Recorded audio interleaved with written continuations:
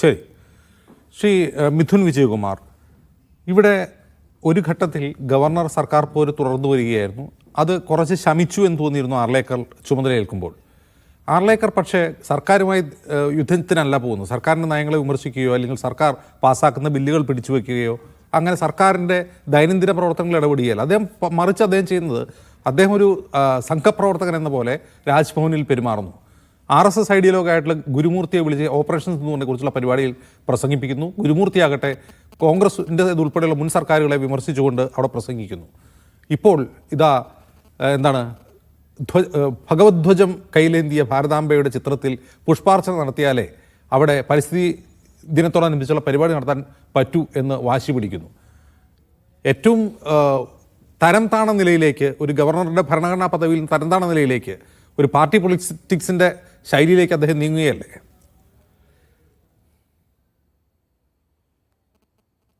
മിഥുനൊന്ന് unmute ചെയ്യൂ please.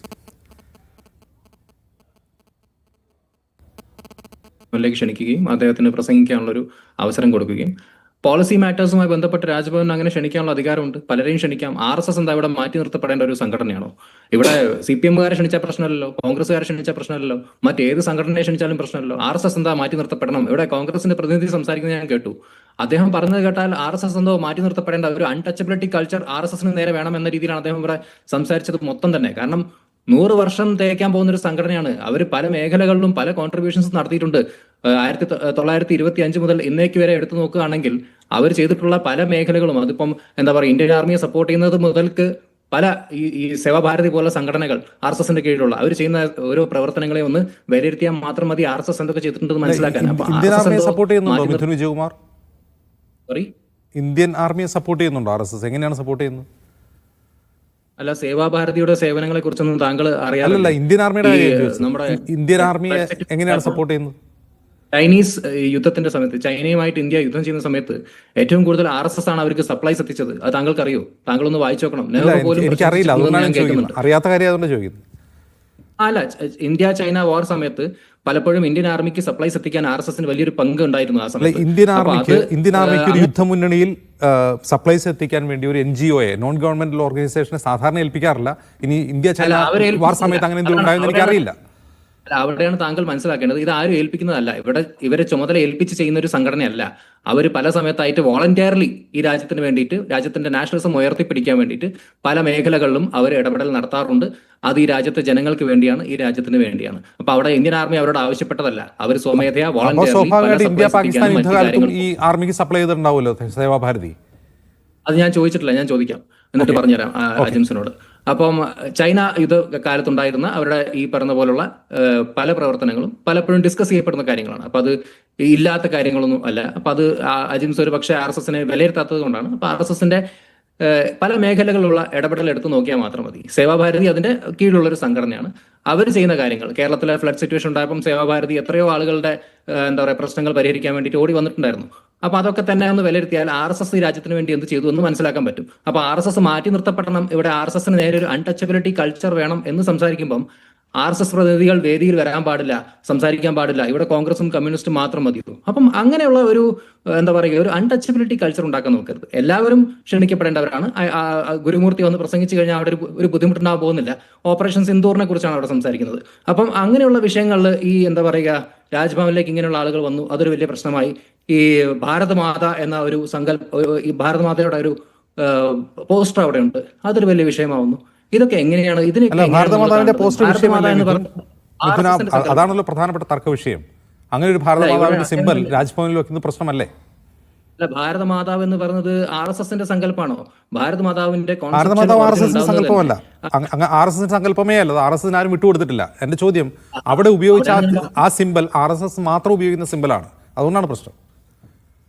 Bankim ചന്ദ്രയുടെ വന്ദേ മാതരത്തിലൂടെയാണ് നമ്മൾ ആദ്യമായിട്ട് ഒരു പക്ഷേ എന്താ പറയുക, ഈ ഭാരത് മാത എന്നൊരു കോൺസെപ്റ്റ്, അതിന്റെ ഒരു കോൺസെപ്റ്റൽ ഒറിജിൻ ഉണ്ടാകുന്നത് 1876 ആ ഒരു കാലഘട്ടത്തിലാണ് ഈ ഒരു കോൺസെപ്റ്റ് എന്താ പറയുക, അതിന്റെ ഒരു കോൺസെപ്ച്വൽ ഒറിജിൻ ഉണ്ടാകുന്നത്. ആ ഒരു ഭാരതത്തിന്റെ മാതാവ് എന്നൊരു പേഴ്സോണിഫിക്കേഷൻ കൊടുക്കുന്നതും എന്താ പറയുക അങ്ങനെ ഒരു സങ്കല്പത്തിലേക്ക് കൊണ്ടുവരുന്നത് ബങ്കിം ചന്ദ്ര ചട്ടോപാധ്യായാണ്. അപ്പൊ അദ്ദേഹത്തിന്റെ ഈ ഒരു എന്താ പറയുക ദുർഗ അല്ലെങ്കിൽ ശക്തി ഇങ്ങനെയുള്ള കോൺസെപ്റ്റ്സ് ഒക്കെ ബംഗാളിൽ എല്ലാ കാലത്തും ഉണ്ടായിരുന്നു. അപ്പൊ അതിനെ കൂടെ ഡെപ്പിക്ട് ചെയ്യുന്ന ഒരു കാര്യമാണ്.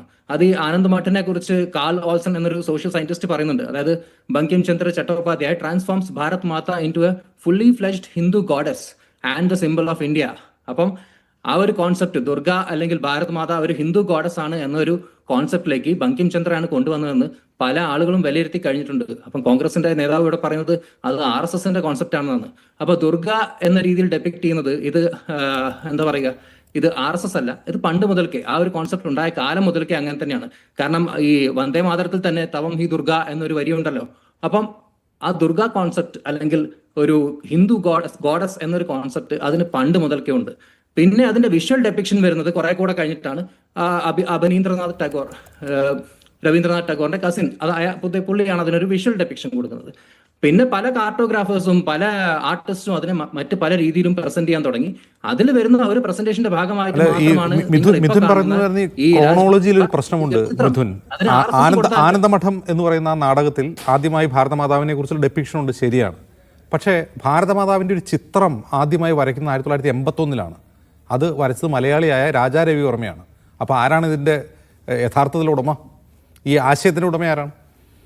അപ്പൊ ആശയത്തിന്റെ ഉടമ ആരെങ്കിലും ആയിക്കോട്ടെ, RSS അല്ല എന്ന കാര്യത്തിൽ താങ്കൾക്ക് ഇപ്പൊ ധാരണയല്ലോ. വലിയ സന്തോഷം. നമ്മളൊക്കെ തന്നെ വായിക്കുന്ന ഒരു കാര്യം അബിനീന്ദ്രനാഥ് ടാഗോർ ആണ് ഇതിന് അങ്ങനെ ഒരു സങ്കല്പം കൊടുത്തത് എന്നാണ്. അപ്പം വിഷ്വൽ ഡെപ്പിക്ഷന്റെ ഒരു കാര്യം ചർച്ച ചെയ്യപ്പെടുമ്പോൾ പലപ്പോഴും ഡിസ്കസ് ചെയ്യപ്പെടുന്ന ഒരു പേരാണ് അബിനീന്ദ്രനാഥ് ടാഗോർ. അപ്പൊ അതുകൊണ്ടാണ് ഞാനത് പറഞ്ഞത്. അപ്പൊ താങ്കൾക്ക് അതിനെ വെല്ലുന്ന അല്ലെങ്കിൽ വേറെ ഏതെങ്കിലും ഒരു അതിനെ ചാലഞ്ച് ചെയ്യാൻ പറ്റുന്ന താങ്കളുടെ കയ്യിൽ മറ്റേതെങ്കിലും ഒരു ഇൻഫർമേഷൻ ഉണ്ടെങ്കിൽ എന്റെ ഒരു അറിവിൽ ആദ്യം ഭാരതാംബയുടെ ചിത്രം വരയ്ക്കുന്നത് രാജാ രവിവർമ്മയാണ്. അതിനുശേഷം അബനീന്ദ്രനാഥ് ടാഗോറിന്റെ ആ ഒരു ചിത്രമുണ്ട്. അബനീന്ദ്രനാഥ് ടാഗോറിന്റെ ചിത്രം സവിശേഷമാണ്. അതിലൊരിക്കലും ഒരു മതപരമായ സിംബലോ അങ്ങനെ ഏതെങ്കിലും വിഭാഗത്തിൽ ഒരു ദേവീ സങ്കല്പമോ ഒന്നും അല്ല. ഒരു സന്യാസിനിയുടെ രൂപം, 4 കൈകളുള്ള സന്യാസിനിയുടെ രൂപമാണ്. ആ കൈകളിൽ പിടിച്ചിരിക്കുന്നത് ഒരു കയ്യിൽ പരുത്തി, മറു കയ്യിൽ പുസ്തകം, ഒരു കയ്യിൽ രുദ്രാക്ഷമാല എന്നുള്ളതാണ്. ഇനി മറ്റ് പല രീതിയിലുള്ള പ്രകാശനങ്ങളും ഭാരതമാതാവിനെ കുറിച്ച് ഉണ്ടായിട്ടുണ്ട്. ഇപ്പം മദർ ഇന്ത്യ എന്ന് പറഞ്ഞ് മറ്റൊരു ഒന്നുണ്ട്. ML ശർമ്മയുടെ ഒരു ചിത്രം വന്നിട്ടുണ്ട്. ML ശർമ്മയുടെ ചിത്രം സ്വാതന്ത്ര്യത്തിന് ശേഷമാണ് വരച്ചത്. അപ്പോൾ അങ്ങനെ പല രീതിയിലുണ്ട്. ഈ RSSന്റെ ഈ ചിത്രം അത് ആര് വരച്ചതാണ്? അത് എനിക്കും അറിയില്ല, RSSനും അറിയില്ല. അതാണ് അതിന്റെ പ്രശ്നം. കാരണം അത് ഇവോൾവ് ആയി വന്നൊരു ചിത്രമാണ്. അതായത് ഇന്ത്യൻ സ്വാതന്ത്ര്യ സമരത്തിന്റെ ചരിത്രത്തിലെ ഭാരതമാതാവിനെ കുറിച്ച് ഉണ്ടായിട്ടുള്ള വ്യത്യസ്തമായ വ്യാഖ്യാനങ്ങളിൽ ഒന്നും കടന്നു വരാത്ത ഒരു ചിത്രത്തിൽ ഭരണഘടനയിൽ തൊട്ട് സത്യപ്രതിജ്ഞ ചെയ്ത മന്ത്രി P പ്രസാദ് പുഷ്പാർച്ചന നടത്തണമത്രേ. അതാണ് RSSന്റെ ആവശ്യം, ഗവർണറുടെ ആവശ്യം. അല്ല, ഇവിടെ ഭാരതമാതാവ് എന്ന സങ്കല്പമാണോ അതിനോട് യോജിക്കുന്നുണ്ടോ എന്ന് നോക്കിയാൽ പോരാ. അതിന്റെ അഡാപ്റ്റേഷൻസ് പലതും ഉണ്ട്. ഇത് RSSന്റെ അഡാപ്റ്റേഷൻ അല്ല. കാരണം ഈ പറഞ്ഞ പോലെ ഇന്ത്യൻ സ്വാതന്ത്ര്യ സമര ചരിത്രത്തിൽ രചിക്കപ്പെട്ട ഭാരതമാതാവിന്റെ ചിത്രങ്ങളിലൊന്നും കാവിക്കൊടി എന്തിയ ഒരു ഭാരതമാതാവില്ല. അതാണ് പ്രശ്നം. അല്ല, അത് ഇവോൾവ് ആയ വന്നൊരു കോൺസെപ്റ്റ് ആണ്. എങ്കിൽ പറയൂ, ഈ ചിത്രം വരച്ചതാരാണെന്ന് പറയൂ മിഥുൻ. അതാണല്ലോ വേണ്ടത്. ഈ ചിത്രം ഇന്നയാളുടെ ഭാവനയാണ്, അതെങ്കിലും പറയൂ. അതുപോലും അറിയില്ല. അജിംസിന് പറയാൻ പറ്റുമോ? എനിക്കറിയില്ല. RSSനും അറിയില്ല. മിഥുൻ അല്പം പറഞ്ഞ RSSനും അറിയില്ല. എങ്കിൽ പിന്നെ അത്തരം ഒരു ചിത്രത്തിൽ ഇതിന് പുഷ്പാർച്ചന നടത്തണം. ഒരു ചിത്രം അഡാപ്റ്റ് ആയി കഴിഞ്ഞു. RSS അഡാപ്റ്റ് ചെയ്തു മിഥുൻ വിജയകുമാർ. വേറെ ആരും അഡാപ്റ്റ് ചെയ്തിട്ടില്ല. RSS അഡാപ്റ്റ് ചെയ്തു. വേറെ അതായത് ആര് വരച്ചു എന്ന് പോലും അറിയാത്ത അജ്ഞാത കർത്തൃത്വമുള്ള ഒരു ചിത്രത്തിൽ മന്ത്രി P പ്രസാദ് പുഷ്പാർച്ചന നടത്തണമെന്നാണ് ഗവർണർ പറയുന്നത്. ഒരു കാര്യം ചോദിച്ചോട്ടെ അജിംസ, ഇത്രയൊക്കെ സംസാരിക്കുന്നുണ്ടല്ലോ. ഇന്ത്യയിൽ 2 ഭാരതമാതാ ടെമ്പിൾ ഉണ്ട്. താങ്കൾക്ക് അറിയാം എവിടേക്കാണ്?